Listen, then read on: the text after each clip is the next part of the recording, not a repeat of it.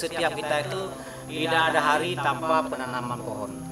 Nah, kita seperti makan di hari 1 hari 3 kali minimal pohon itu. Kalau ada waktu luang seperti hari ini hari libur, daripada kita buang-buang waktu yang sia-sia, kalau ada kesempatan bisa tanam pohon. Karena pohon itu sesuai dengan hadis Rasulullah, dikatakan oleh Rasulullah, jika seandainya besok kiamat masih ada biji pohon yang bisa ditanam, tanamlah. Itu hadis. Artinya apa? Penting sekali pohon itu. Kalau enggak, Rasulullah nggak akan menyampaikan seperti itu.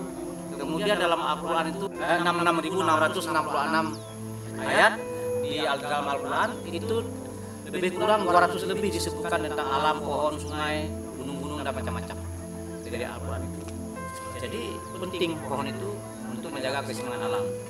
Karena planet bumi ini barang pakai habis. Ya kalau nggak kita rawat, nggak kita jaga keseimbangan alamnya, ini akan menjadi ancaman kehidupan kepada kita. Karena alam ini hidup berdampingan dengan kita manusia, masuk pohon. Alam memberi kontribusi dalam rangka mendukung kehidupan manusia. Apabila alam ini rusak, tidak ada lagi keseimbangan, maka akan jadi ancaman kepada kita, yaitu kekeringan, banjir bandang, macam-macam, pemanasan global dan lain-lain.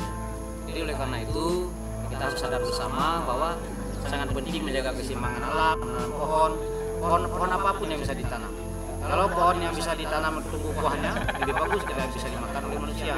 Kalau juga tidak bisa dimakan oleh manusia, bisa dimakan oleh binatang tumbuhan, binatang unggas seperti burung dan lain-lainnya.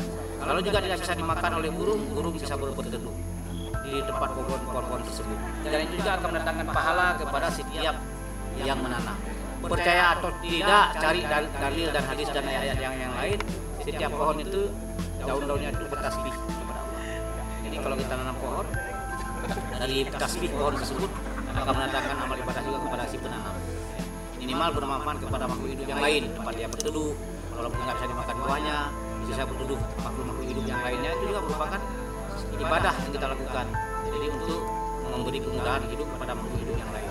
Intinya kita cinta kepada tanah air, bukan hanya memperingati hari-hari besar kebangsaan atau lain-lain, tapi bentuk cinta dan pengabdian kita kepada tanah air salah satunya itu mencintai, menjaga alam. Itu juga bentuk cinta kepada tanah air.